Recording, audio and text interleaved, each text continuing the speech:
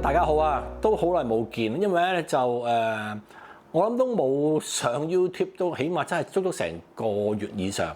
咁因為前一排又好忙，啱有套短片就拍咗，咁就係咁另一方面咧又覺得咧好似即係其實我有睇戲，不過好似即係啲戲係即係啲有參差，好睇又唔好睇啦。但係最大問題係好似嗰啲戲咧都唔係想講，即係冇乜嘢講嘅，好似即係有啲戲係。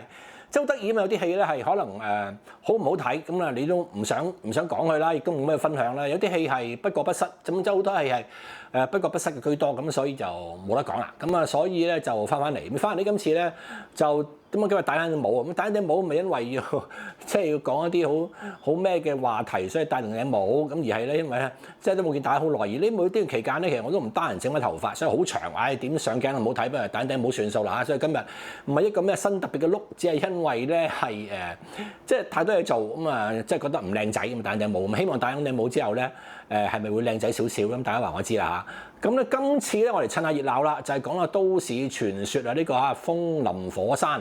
咁啊呢套戲咧好特別喎，我覺得係，即係咧佢係睇個票房咧就未必咁多人睇過喎，即係佢唔係去到幾千萬上億嘅票房，咁啊如果係嗰啲戲啊，即係好多人睇過啦嚇，自然係好多人會係好想講嘅，但係佢唔係，但係都好多嘅影評出嚟喎，所以我今次係好想講呢套戲。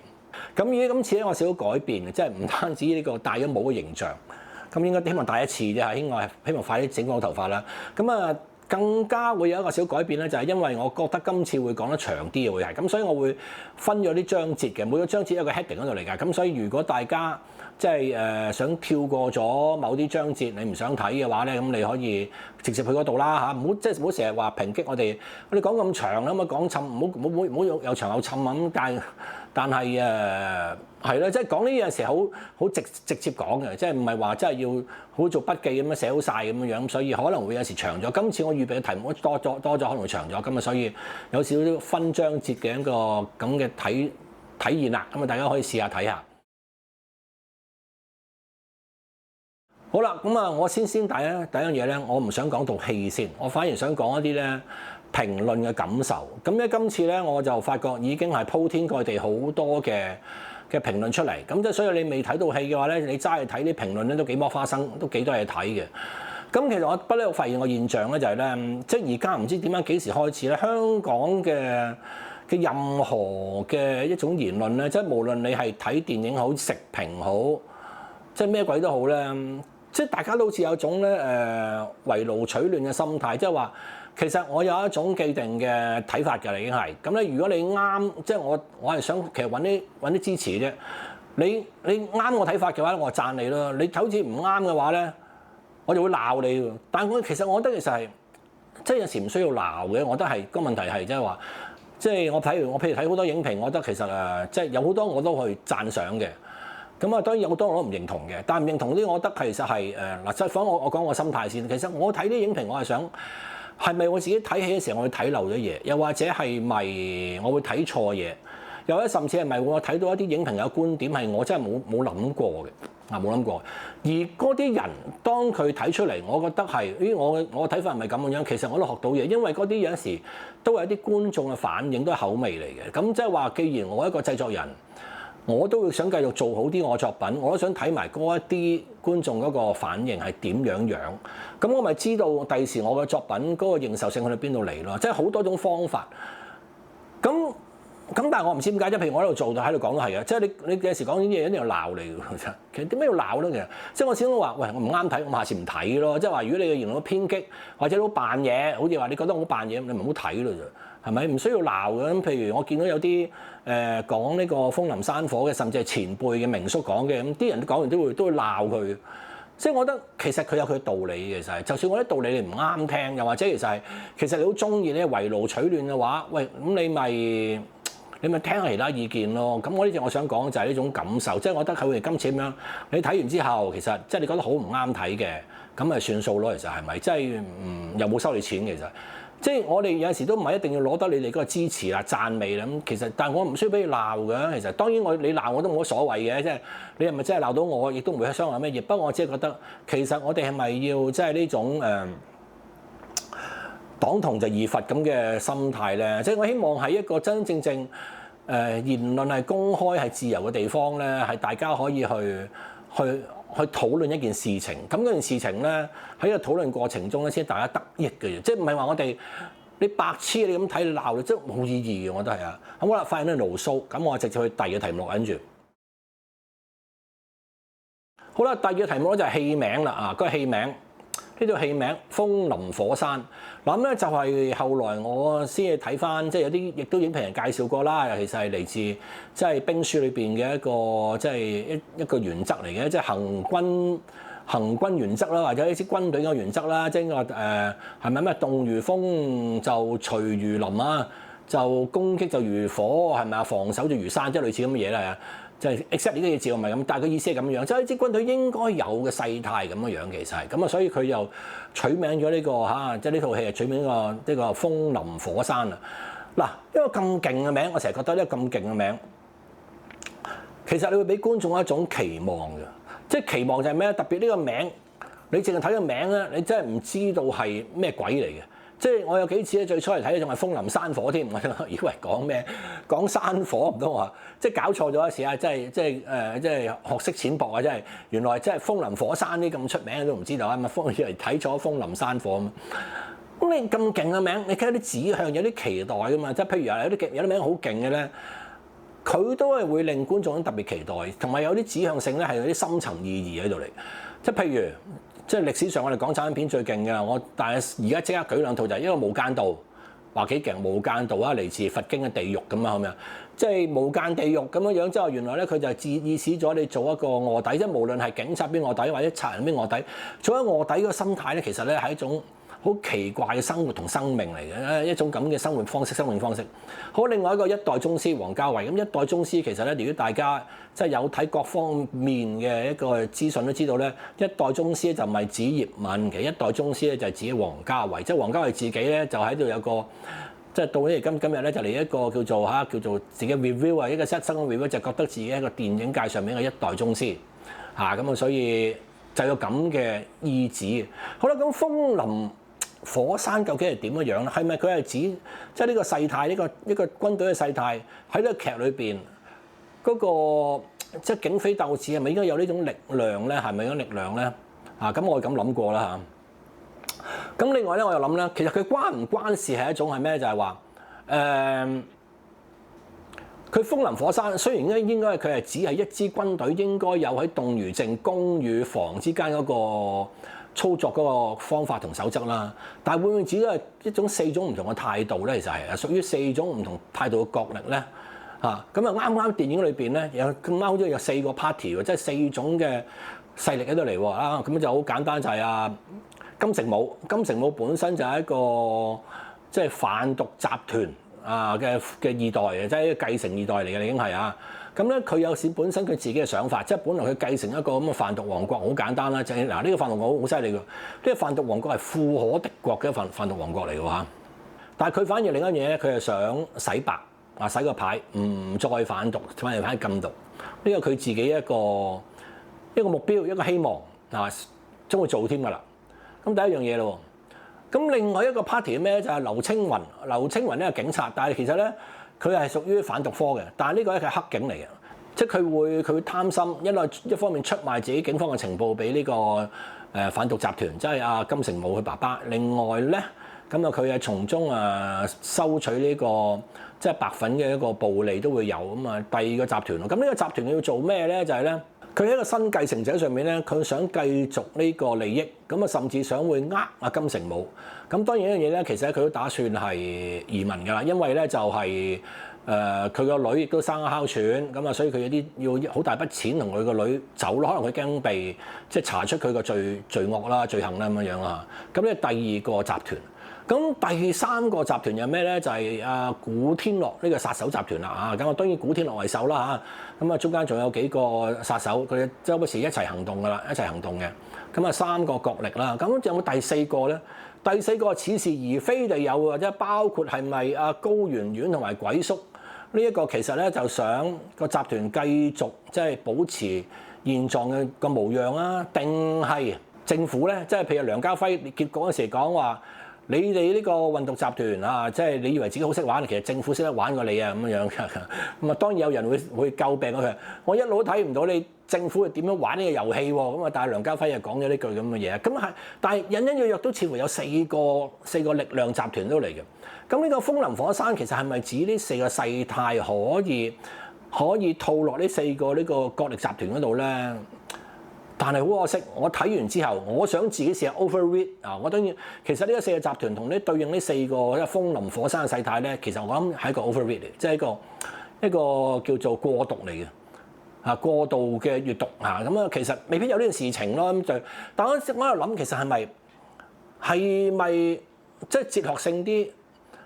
阿 Juno 佢可以用呢個即係除咗你換一個咁勁嘅名之外，你咪可以將呢四種形態都套落呢四個 party 裏邊，令呢四個 party 佢哋嗰個底嘅意識形態或者底嗰個條線係可以有所顧忌或者有所保留，可以引申嘅更加大嘅令你幻想嘅空間咯。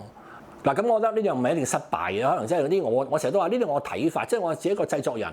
即係我成日我喺個頻道裏邊，我係一個創作人，一個製作人，我亦都係一個觀眾嚟嘅。咁啊，所以我覺得我有啲咁嘅疑問，我想睇下係咪會咁樣樣，係咪咁會好睇啲咧？唔知嘅都係。但係如果有嘅話，我都會開心，因為原來佢除咗無間道，除咗一代宗師之外，喂，你一個咁勁嘅名，你玩得到個名同嗰個內容扣上關係喎，咁咪過癮咯嚇。咁但係冇啦，咁所以佢結果都係一部警匪片啊，幾個警匪。咁呢部係一部乜嘢警匪片咧？啊，咁去第三節啦，我哋。好啦，你喺第三節我想講咩？就係呢個神仙橋極品啊！嗱咁所以即係我諗神仙橋呢三個字，顧名思義，大家知係咩嚟㗎啦？唔需要細解啦，係咪先？神仙橋嗱，神仙橋嘅極品咧，其實應該咁講法咧。神仙橋喺3種至4種類型裏邊咧係 work 嘅，同埋差唔多一定要用嘅。係邊幾種咧？第一樣嘢，武俠電影或者武俠小説嗱，神仙橋嘅極致嚟嘅嚇，咁大家明白㗎啦，係咪先嚇？即係張無忌咁樣，好似好話唔好聽。佢攞到九陽真經已經係神仙到唔神仙嘅啦，佢仲要喺呢個明教秘道裏邊攞埋喬恩大羅兒啊！呢啲就梗係神仙橋啦，係咪先？但係嗱，武俠小説嘅神仙橋你睇到好開心，因為咧你已經係可以容納咗呢個規，即係呢個規範裏邊嘅。同埋武俠小説神仙橋咧，其實係我哋人生上面咧好中意、希望嘅嘢嚟。即係其實好話唔好聽，我有困難嗰時，特別錢緊困難，我都希望自己無端中咗六合彩就解決咗佢。又或者行下。有一個好朋友，以前我幫過佢嘅，同我講：炳雄，哇！我以前你幫我記唔記得啊？而家我發一達啦，你有咩困難？我即刻幫翻你，我俾3億你好唔好？哦，其實呢啲係神仙橋嚟嘅，好開心。如果你人生嘅神仙橋係好開心，即係如果我有人生裏邊有神仙橋去解難解困係好開心。所以神仙橋喺武俠小説裏邊咧係好掂嘅，好正嘅，亦都係你基本想要嘅嘢啊！咁所以。作者咧係不斷會供應俾你嘅喎，咁但係當然有啲解決困難方面咧，你唔可以太過分都係嚇。好啦，第二種邊個類型咧，好適合神仙橋咧，咪超級英雄咯，因為佢同武俠小説一樣嘅嘛。所以你 Marvels 啊或者 Superman 或者 DC 嗰啲超級英雄咧係滿載神仙橋嘅，就係淨係一個超人已經係屈機都唔行。呢個唔係神仙咩咧？即係超人就係一個基本上邊將個神嘅差唔多神嘅能力就落咗一個叫外星人身上屈機嘅。咁第三樣咩咧？咁啊當然就係呢個間諜片啦嚇，間諜片就係呢個，即係譬如 Jason Bond 啊、007啊呢種就不斷出現呢個神仙橋嘅。咁啊第四類邊樣咧？就大致就係呢個undercover 或者係嗰啲叫內奸內鬼啦嚇。咁呢樣嘢咧又係好神仙橋，點解咧？因為嗱我點解咁講？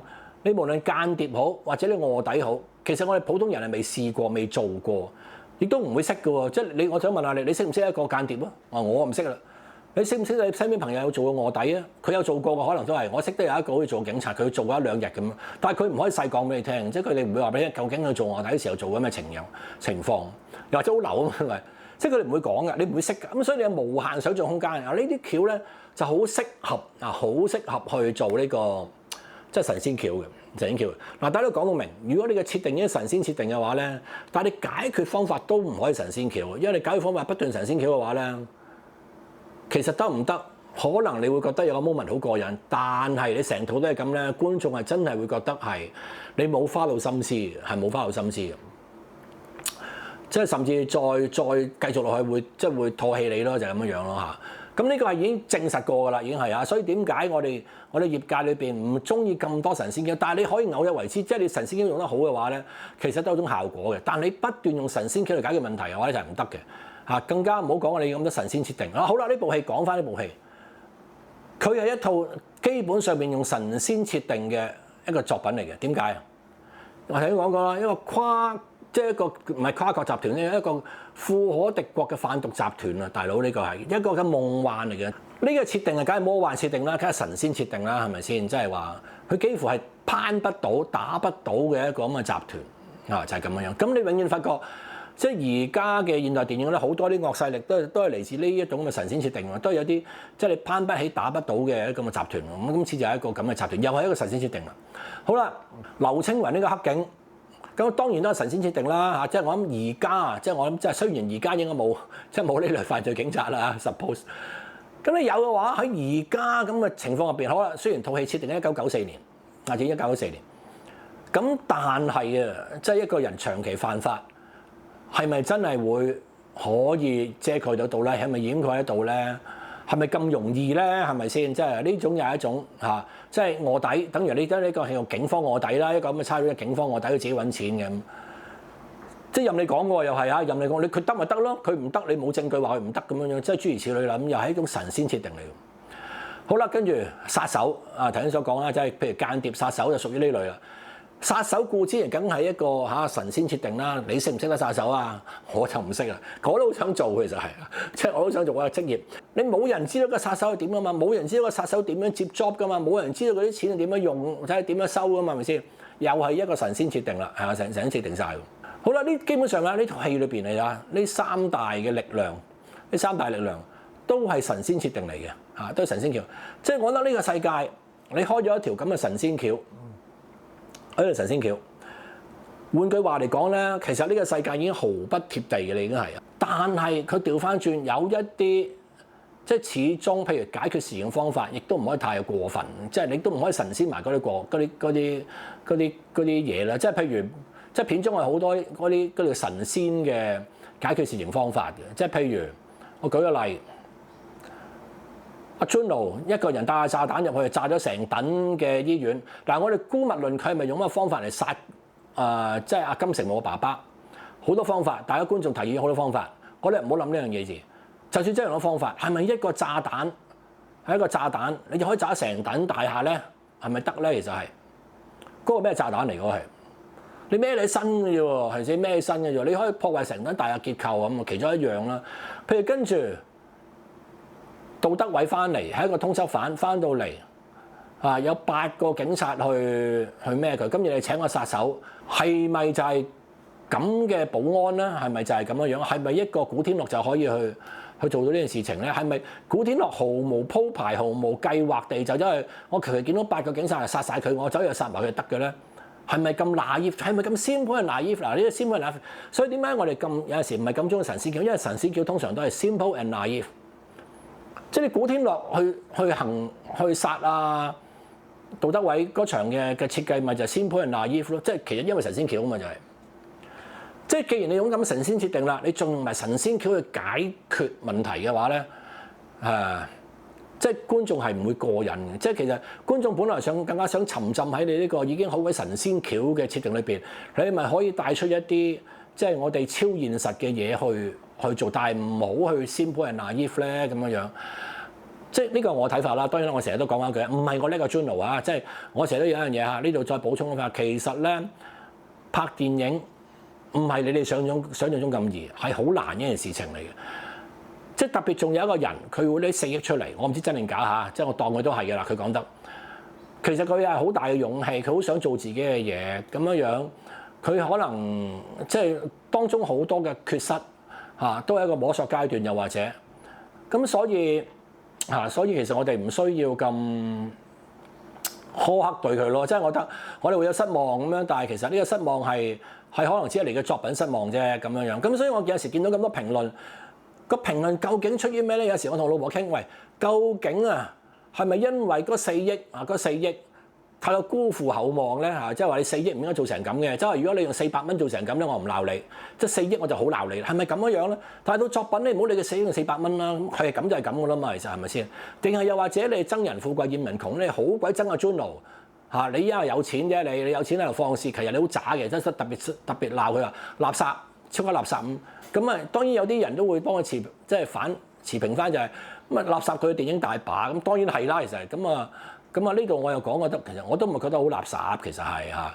咁但係調翻轉嚟講咧，我想講就係咧，呢套戲我有少少失望。我唔係講咧，唔係對套戲咩先，就係套戲調翻轉咧，其實我覺得完全睇得明佢套戲。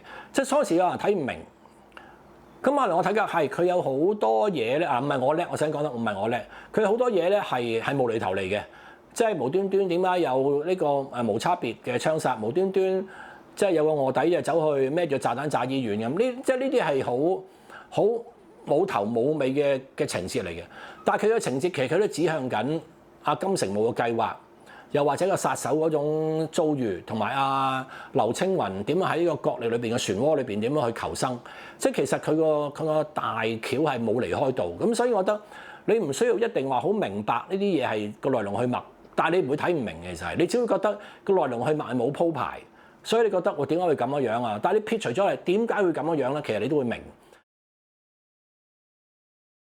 嗱，其實咧，我覺得係呢一部係一部叫即係喺電影嘅歸類上邊咧，係屬於一部導演嘅自説自話嘅電影嚟嘅。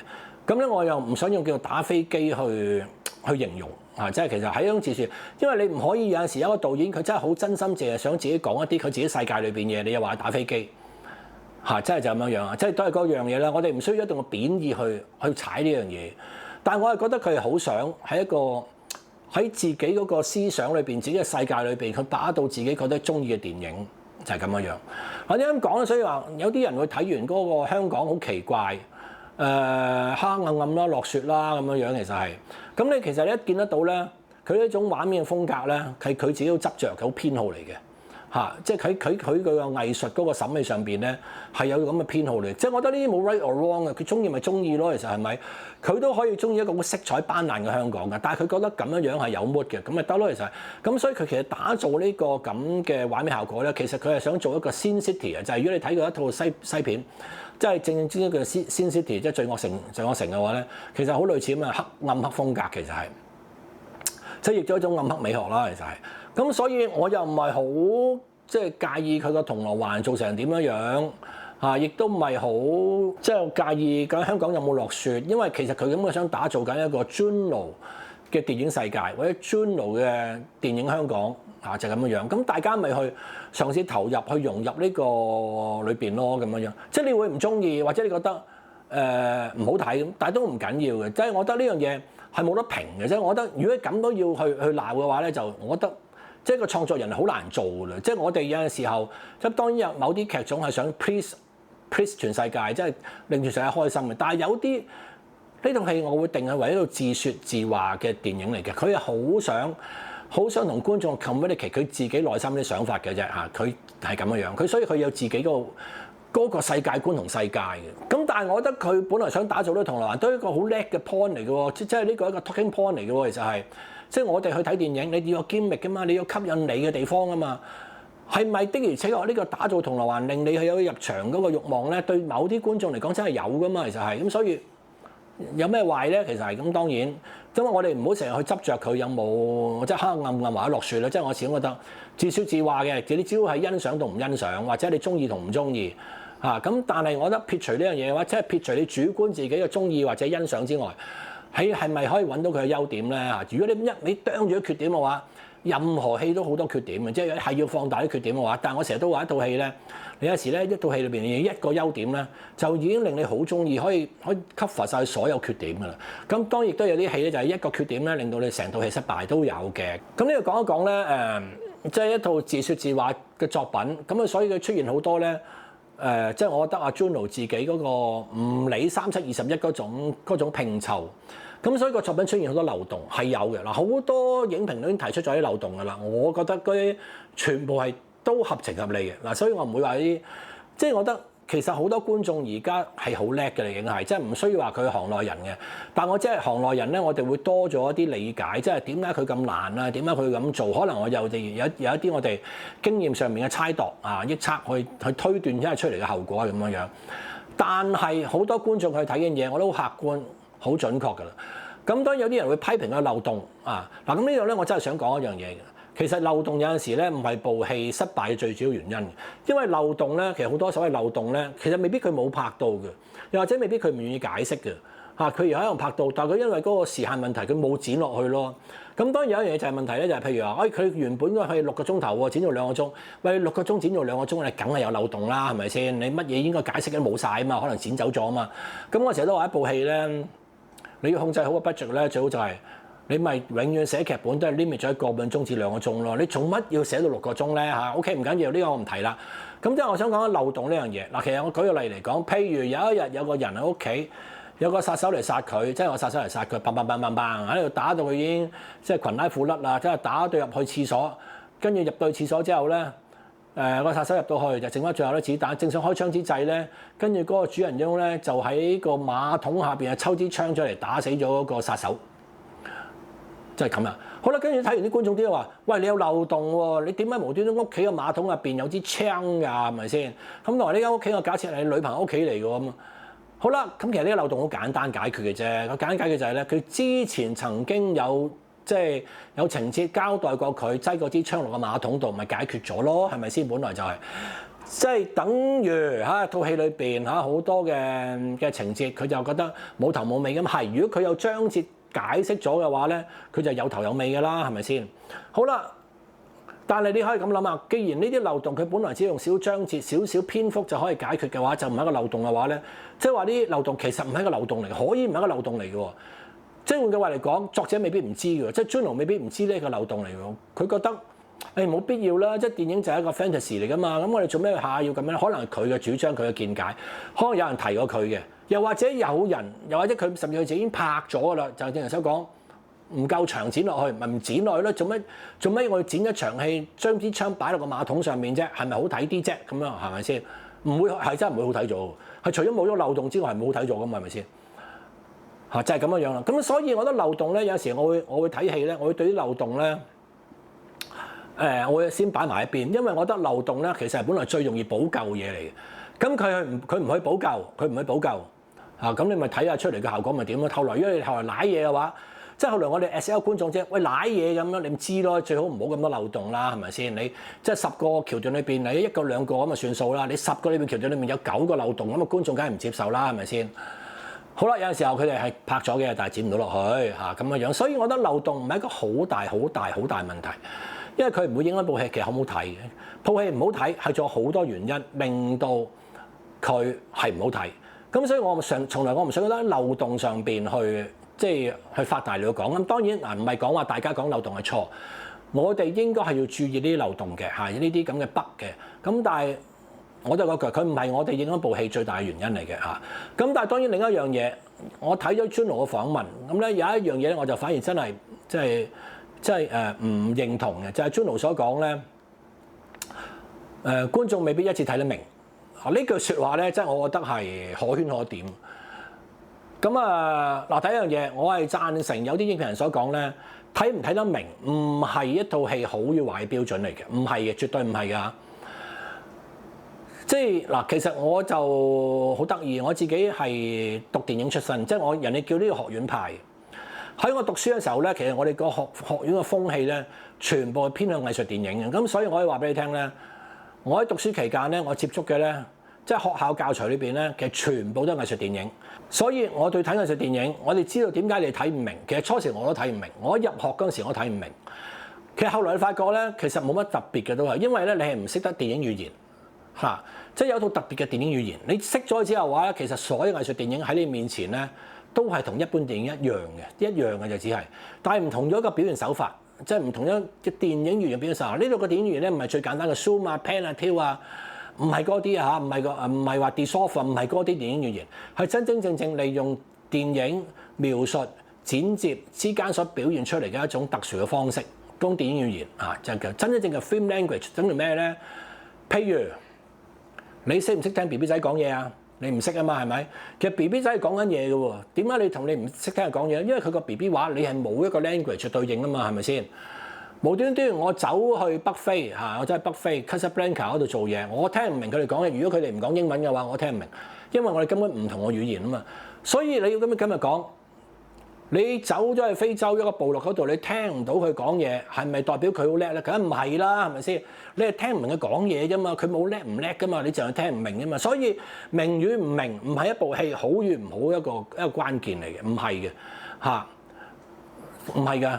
咁所以我覺得阿 Juno 講話好多觀眾唔係要睇得明嘅呢句嘢，我只係咁樣講咯嚇。但係我唔覺得你高深咗咯，亦都唔覺得你特別叻咗咯。但係當然係咪特別你代表你渣咗，亦都唔係，因為我覺得有時唔明嘅嘢咧，可能係你有啲嘅電影語言嘅表達嚇係唔係一般電影語言，或者根本係唔係電影語言。因為我哋時好多時習慣咗咧，譬如大家睇 TVB 劇大嘅咧，或者睇一般商業電影嘅話咧，其實好多時候係冇乜電影語言表達嘅，即係佢好多時靠對白啊。bling bling 啊！即係我成日講啊，好似阿鄭中基同阿龍咧，佢仲會走出嚟講話，我做錯乜嘢？我女做錯乜嘢？我女朋友做錯乜嘢咁樣，即係嚟控訴一番。因為大家已經慣咗睇呢啲咁嘅嘢嘅，咁所以你咪覺得咁咪明咯，係嘛？當有人講俾你聽，佢斟起杯水，因為杯水望住個天，喂，你想點啊？你咪唔明咯，其實係咪？咁啊唔關事，係電影語言嘅問題。咁但係阿 Juno 講呢句嘢咧，其實我又講得冇認同，因為第一我真係我自己講啊，哇，其實我唔係特別叻，我只係話我真係喺讀電影嘅時候咧，係我哋真係成個學院都係睇藝術電影嘅，係出嚟做嘢，你會接觸商業電影，跟住你就將兩套嘗試融合。其實一套好嘅商業電影，你都要有一啲藝術手法嘅，其實都係啊，即係但係當然佢唔可以全部一部藝術電影。我可以話俾你聽，最難明嘅藝術電影。到今時今日你都係唔會明嘅，就算我哋識晒，但係人哋唔係講緊你明唔明，人哋唔係追求你明唔明嘅，其實係知唔知？譬如你睇，即係有啲人講話你睇個郭丹咩，即係高達一個法國嗰個新浪潮嘅導演，佢嘅戲話你明咩？你唔明啊嘛咁樣，唔係，即係你代表識睇佢代表高啲嘅。即係譬如一個蘇聯電影大師塔可夫斯基，你睇佢電影，你睇咗好多年，你睇到今日，你都未必完全明得晒嘅。你唔會完全明得晒每個鏡頭、每個章節意義，但係唔緊要啊！你要 get 到好多嘢，你會好多聯想，你會攞到好多嘅學問翻嚟嚇。你唔需要完全明晒，你先至話佢一個好嘅作品，唔需要。就算我哋係咁樣睇，咁但係我自己睇 Juno 嘅作品，我唔覺得佢有好勁嘅。所謂電影語言，個電影語言嘅思考、藝術思考裏邊咧，其實係佢有佢嘅做法，佢知佢嘅世界做法，但係佢入邊有一啲嘢係有少少藝術處理嘅，係都有嘅。咁但係嗰樣嘢係咪就代表會唔明咧？啊，係咪你明咗一樣嘢，你好開心、好贊同咧？一陣我會再講翻，唔會嘅，其實係嚇就係咁樣樣啦。咁所以我又覺得阿 Juno 就唔需要太過去 defence 呢樣嘢，因為作品係作品啦，其實即係人哋明，人哋唔明，明與唔明，明晒仲弊，人哋明晒就覺得你垃圾。人哋唔明都覺得係垃圾，咁啦，咁我講啦，Juno 呢部電影唔係垃圾嚟嘅，其實係啊，咁啊，佢只係佢個電影世界裏邊咧係一種佢自己嘅嘗試啦，佢自己嘅表達啦咁樣樣。第五點，而家講到第五點咧，我食翻個字啦。呢套戲咧，五行欠咩啊？即係五行有成日都係即係風水上面啊，五行欠火，五行欠水，呢套戲五行欠咩咧？咁有啲人咧就會覺得講笑咁講啊，Juno 梗係五行欠打啦，係咪先？嚇冇咁講，其實即係佢始終咧都好用心拍個電影出嚟。你唔中意咧就你嘅問題，即係唔係你嘅問題。你唔中意唔中意咯，係唔需要打佢，又唔需要鬧佢。即係嚇，係咪因為佢好有錢拍出嚟啊？你好憎佢咧咁樣樣嚇？即係點樣樣咧？唔需要。咁咧，我覺得係當然佢五行咧就唔會欠錢啦。部戲咧因為4億又唔會。我覺得佢五行係欠咩？就欠情，欠咗個情字。嗱，好多人咧會曾經喺同佢呢種即係呢種稍為藝術偏向重少少嘅風格咧，去同王家衛去比啊！但我想講咧，王家衛咁多戲，我唔係講邊個高低，我反而想講係王家衛咁一部戲咧，你無論點都好咧，你發覺王家衛咧，其實佢都係想講一種情嘅，即係特別係愛情。但其實我哋所有文藝作品，即係無論係小説、散文、電影、舞台劇都好咧，你發覺咧最動人嘅地方咧，唔係睇咗我一個，即係並不是睇咗一個一鏡接落嘅鏡頭，或者唔係睇咗一個好勁嘅爆破，唔係睇咗一場好勁嘅拳賽，而你永遠咧都睇咗一段好刻骨銘心嘅感情。啲感情咧唔一定係愛情，可以係父子情、兄弟情、母子情啊、母女情啊，又或者朋友之間義氣之情啊，樣樣都會有啊。即係呢個情先至令我哋去對嗰個作品去有呢個感情起伏，即係同呢個主人翁去同起同跌啊嗰種感覺係個情字嚟嘅。即係萬物嗱呢個萬樣嘅呢個影視作品或者文藝作品，其實逃唔開呢個情。其實就算圖畫都係，即係畫作都係一個好好嘅圖畫，你會發覺裏邊咧都有種情喺度嚟。情先至係我哋嚇令到我哋感動嘅地方，令到我哋落淚嘅地方，令到我哋嘅心情起伏嘅地方嚇。所以你發覺所有好偉大電影作品，佢嘅 comedy 企一種情。呢套戲佢乜都有啦，有佢自己嘅世界，有佢自己嘅哲學，有佢自己嗰種想法，有佢自己嘅處理，即係 Juno 嘅處理。你發唔發覺套戲就冇咗情？其實套戲可以好多地方講情嘅喎嚇，佢偏偏用咗一種第二嘅手法高張去講，譬如金城武佢要殺咗爸爸，你要達成佢嗰個願望，呢個父子情係咪就咁簡單咧？高圓圓同埋金城武嗰段情啊，即係高圓圓後嚟㗎，佢唔想佢哋下一代，佢聽阿金城武講唔想下一代都走翻去舊路，佢可以甚至為阿金城武講話落咗仔啊，不如咁樣。佢哋夫妻之情又點樣樣咧？嚇，阿劉青雲佢同阿劉永一出場冇幾耐就走，就唔喺度走咗㗎啦，調走咗。有冇同僚之情咧？但係呢個同僚之間原來同佢一齊去做黑警揾錢嘅啫喎，冇嘅喎。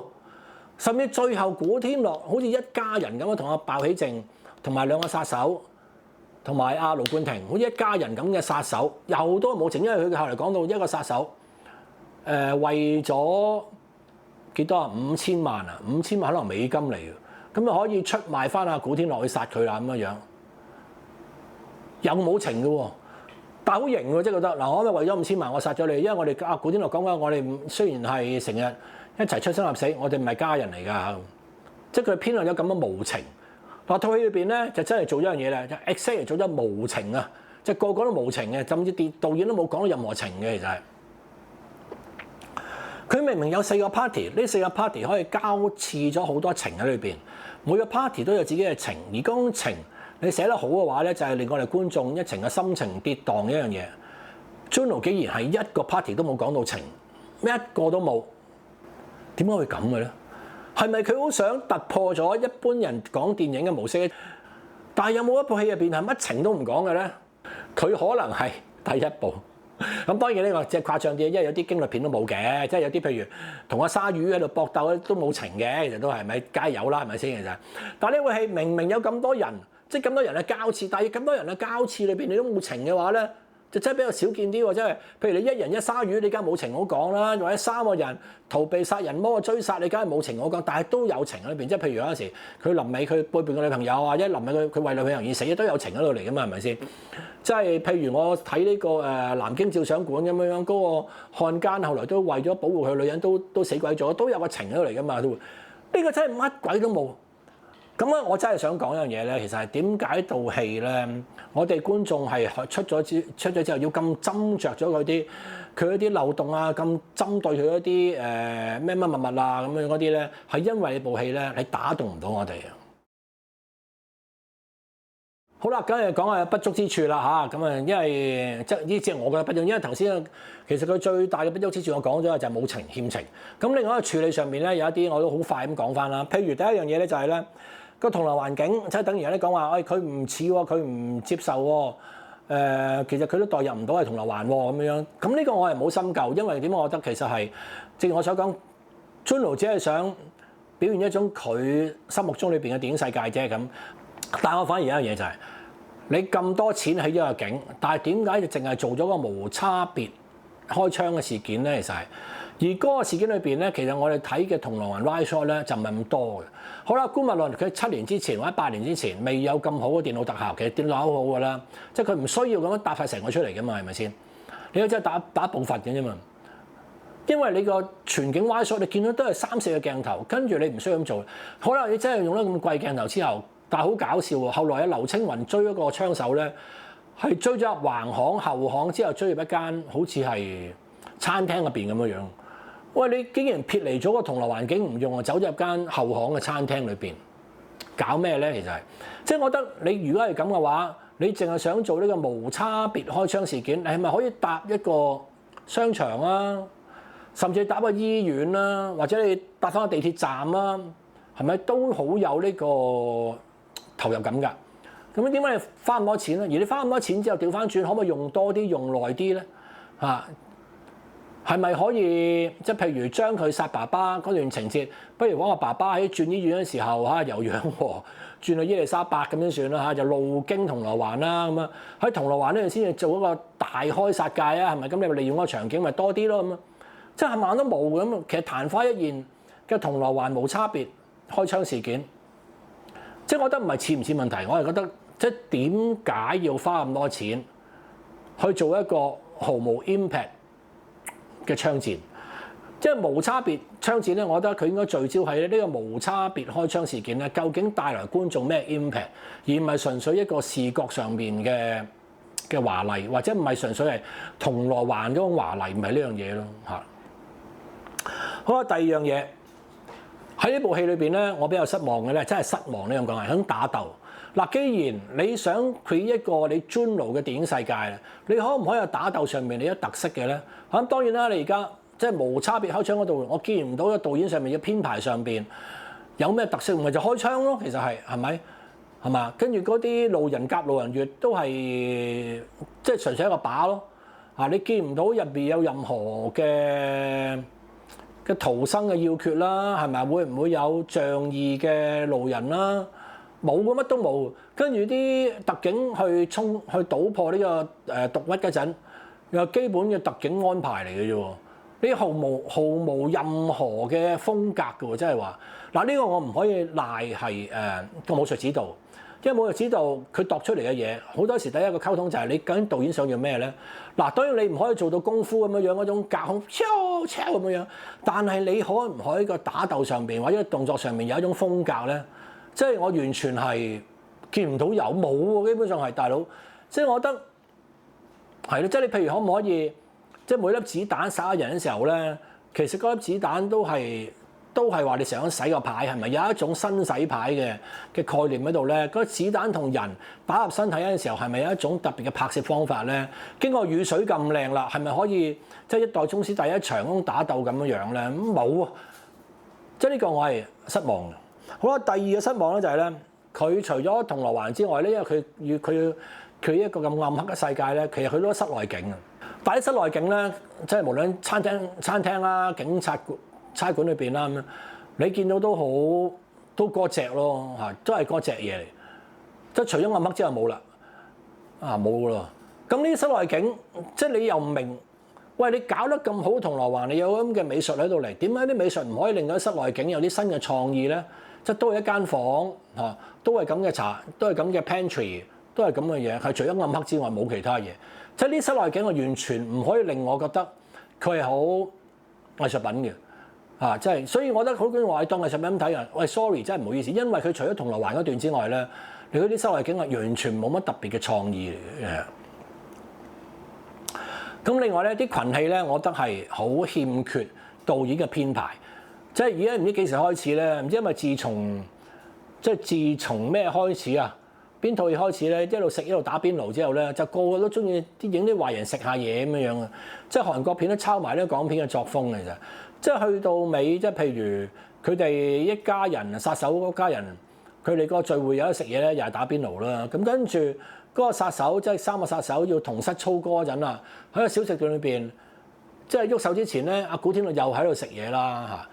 即係除咗食嘢之外咧，冇其他嘢㗎咯。即係我哋金手指，阿梁朝偉、阿劉德華拉佢，又喺度整粥食啦咁樣。即係唔識其他嘅，個個喺度食嘢嘅。即係原來我哋中國人好中意食嘢，我哋香港人好中意食嘢㗎，真係啊！所以做賊你死之前都要食翻餐好。咁除咗食嘢之外冇調到㗎啦，個個坐喺度，你講啊，我講啊，係啊，有單嘢好勁嘅錢啊，我想做啊，可能講會殺咗你咁，即係有咁講啫。其實真係 sit and talk。或者 stand and talk 都係咁樣樣，冇嘅喎。嗰啲群戲處理，即係我覺得群戲處理上邊咧，我就見唔到一個叫做一個導演有嘅一個叫做執行啦、運作啦，又或者編排啦，嘅設計到嚟咯嚇。咁另外咧，我最失望咧就任賢齊嗰啲臥底處理。好啦，嗱你既然你 Juno 有你自己世界觀啦，你可唔可以對一個臥底嘅處理有你特別嘅個人世界觀咧？即係原來做臥底就要死㗎啦咁樣。你阿金城武，你想洗白，你可唔可以見到臥底之後係啦？你臥底嚟嘅，我已經試到咧。劉青雲好貪心，會出賣臥底嘅。可唔可以同你講翻？好啊，我一放過嚟，你翻去指證阿劉青雲佢。下次唔好做臥底啦，係咪先？乖啦嚇，即係好似細路仔咁樣乖啦，唔好再做臥底啦，好危險嘅。你都有老豆老母嘅，唔好做臥底啦。唔係啊，佢都係一般咁樣殺咗佢咯嘛，跟住又吊起佢啊，勞師動眾咁樣啊。即係我覺得你如果有一個特別意識形態嘅話，你可唔可以你嘅臥底處理唔可以咁樣？喂，臥底必死咧，呢個好似已經係所有千篇一律嘅。你既然咧 Juno 你想做一套咁唔千篇一律電影，你嘅臥底可以唔好死啊？可唔可以有啲特別嘅安排啊？而我哋笑㗎，甚至係開心㗎。你可唔可以俾1000萬俾我臥底啊？今日我速隊出嚟，你話俾我聽做冇，我俾1000萬你。冇嘅話，你都即刻走，拉斯格路咁樣。跟住佢拉埋另外一個咁可能，喂，你都唔好做啦，大家攞1000萬走啦咁啊，得唔得咧？其實係咪？要型啊嘛，咁先型啊嘛。大佬我殺咗有幾型啫？係咪先？要型啊，型就我放過你，你走冇。有啲人話即係而家嗰個攝影風格又暗又黑，就其實調出嚟嘅啫嚇，冇乜功夫嘅，唔係嘅就話俾你聽嚇。即係呢一樣嘢咧，我以呢個行內嘅專業一個攝影師身份話俾你聽咧，其實係基本上，就算咧以前都好，菲林時期都好，好多個氣氛都係調出嚟嘅，係調出嚟嘅。但係唔等於你事前唔做功夫。嗱，但係有一樣我哋調唔到嘅咧，就係咧，如果我哋想做一種叫做真係陰天效果，而當然係日光日白，即係好晴朗嘅話咧，你用彩色菲林去拍咧，真係做唔到嘅。咁所以，譬如聶隱娘啊，或者某啲戲嘅人分析過㗎啦，佢個導演或者表演啲氣氛咧，佢一定要專登揀某啲時候，即係譬如已經唔係第一部，好早成30年前嘅西片都有，佢為咗要拍呢個黃昏時段咧。即係當年用菲林拍咧，佢真係用黃昏時段走去拍嘅，佢唔可以日光日白真係模擬扮唔到嘅嚇，嗰啲佢係絕對扮唔到，即係某一個時令嗰陣佢係扮唔到嘅。即係譬如香港嘅秋天，你喺夏天拍都唔似嘅嚇，都唔會似嘅。咁咧，其實撇除呢個之外咧，大部分咧都係調出嚟嘅。但係調嘅時候咧，我哋都用美術去配合，即係話唔係話我哋將一個好 flat 嘅畫面調到佢好暗黑，唔係咁樣嘅。所以即係你話佢調出嚟嘅，所以咁貴嘅，咁所以咧其實係冇乜藝術成分嘅，唔係咁樣樣。佢真係調出嚟嘅，係要調嘅，係要調嘅。因為我哋拍嗰時基本上邊咧，部攝影機咧，即係你用調好，你用改變嘅 setting 好，你用乜鬼嘢方法都你加 filter 到，即係你都只係將佢原本一個還原得靚嘅彩色嘅攝影機咧，就還原翻佢盡量冇咁靚嘅啫。無論佢個 contrast 高啲、暗黑啲、收光暗啲，你其實好話冇聽，你都用人工調落去嘅嚇。咁你第一樣嘢。好啦，第二樣嘢，咁你話套戲即係我所講，究竟而家你真係好憎個 Juno 啊定係咩嘢咧咁啊？所以而家佢咧4億唔成正比，你咁鬧佢咧跟住譬如有啲人講話你瞓隧道好型咩嘅，你為咩意義咧？嗱呢個我想講翻，其實瞓隧道係可以有意義嘅喎，即係有啲人講啦，我啲瞓隧道除咗型啫嘛，你型要型嘅，唔要合理。係啦，咁啊當然啦，佢瞓隧道咧就其實 imply 咗暗示咗咧幾勁呢個人，呢個人幾勁即係隧道咧都可以攞佢嚟俾佢瞓覺。其實咧，如果你從一個藝術處理嘅話咧，你可以理解為佢瞓隧道咧，就已經暗示咗佢可以富可敵國啊！即係甚至連香港政府咧都要任得佢咁任性亂嚟，你可以咁去理解㗎。嗱，咁樣理解我有冇多咗咧？我唔知嘅，其實我只係話你聽可以咁嘅理解。如果你中意呢部作品嘅話，你話哇 Juno 拍一套驚世蟹族嘅藝術片，你第一個鏡頭就咁理解嘅咯，可以喂你點樣唔用咁多語言，唔用多文字，唔用筆墨，唔用咁多人三姑六婆去講，金城武就係富可敵國，第一鏡頭就做咗俾你睇咯，係咪？瞓隧道瞓完隧道之後，佢只係講一聲亮燈，隧道就亮燈啦，行出去路面。呢啲係咩啊？叫型，除咗型之外，富可敵國咯。佢暗示咗俾你聽嘅喎。嗱，咁等我補翻啦。其實係咪我 overread，即係咪我呢個過度閱讀咧？有可能㗎，其實係。但你如果中意呢個作品嘅時候咧，你可以咁理解佢嘅噃。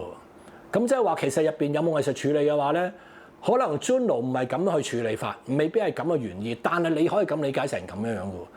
咁所以話你係咪除咗型咧？我覺得可以唔係淨係型㗎，咁睇你點理解咯，係咪先？好啦，另外仲有一個場面啦。就係打場，佢話金城武打咗2場。好啦，金城武打場咧，當然有啲觀眾淨係唔記得咗呢個場景添啦嚇。有啲人即係覺得，所以佢咪情緒發泄咯。咁亦都可以咧，如果用藝術理解嘅話，打場嘅意義咧就係話其實佢好想衝破一種咁嘅封鎖，一種咁嘅建制，一種咁嘅一種嘅壁壘。佢所以打嚟，你見到佢一路打係有成績㗎，但係未打穿啊嘛。未打一穿咪代表咗佢嘅狀態咧？其實即係話其實佢呢個可以除咗個情緒發泄之外，亦都係可以係佢嘅深層意義嚟㗎，係咪先？咁我只係想講一樣嘢咧，就係咧其實大家撇除咗係咪真係有啲叫做憎人富貴厭人窮啦，又或者覺得你咁囂張，我就係覺得其實裏邊嘅作品咧係有多好都可數嘅位置嘅，但係咪咁咧？我都唔敢包，我只係話俾你聽，大家閱讀喺個國作品裏邊咧，閱讀嘅作品裏邊咧，其實好多可能性喺度嚟嘅。可能性就係、就頭先個畫面，其實都好有呢個可能藝術深層意義嘅喎。但係當然我會偏向係 overread 啦，係咪？咁但係可能 Juno 真係有心咁做㗎，係咪先？但係佢只係唔連貫啫嘛，只係因為套戲好多瑕疵，令到觀眾唔會欣賞呢樣嘢，又或者佢呢種咁嘅藝術處理連貫唔到啊嘛，係咪先？就我最初睇嗰陣時候咧，就係有一套食得好多嘅咧，就係呢個破地獄啊！破地獄裏邊差唔多個啲食煙角色食煙，即係有人會為咁平反過，即係話，即係因為曾經唔知有邊個局長出嚟咧，就勸喻大家唔好食咁多煙啦。佢話係咪戲裏邊咧一定要食煙嚟到表達咧咁樣樣啊？即係我覺得。即係嗰個局長都有時候作為一啲叫做保守派啲嘅觀眾嘅意見啦，當係咁樣樣啦嚇。咁啊有啲人出嚟就話，即係説三道四都話佢啦，即係咪即係食煙呢種情緒表達啦？嗱，冇錯嘅，我唔會覺得邊方面啱邊方面錯。咁呢方面咧都有人覺得食多咗，但係我只係想講一樣嘢咧，就係咧，我唔係話背後係咪一個即係意識正確啊、正義性嗰樣嘢係即係唔好叫人食煙，而係我覺得人嘅情緒表現咧係唔單止淨係食煙嘅嚇，即係我唔食煙嘅。我悶嗰陣有我悶嘅表達方法，我唔開心嗰陣有我唔開心嘅表達方法，我失落嗰陣都有我失落嘅表達方法，係唔一定係食煙嘅。咁咧當然你可以淨係諗去食煙，咁但係當然觀眾有咁嘅反應，即係話原來你所有人失落、寂寞嗰陣咧都係食煙嘅時咧，咁你導演係咪只係得一種嘅表達方式咧？係咪 Juno 佢本身一唔開心而走去食煙咧？咁呢樣嘢我覺得係可以值得參考一樣嘢嚟嘅。好啦，今次講到呢度啦，條片係長咗啲啊，咁但係都俾翻你 comment 我啦嚇，唔該晒你，多謝大家。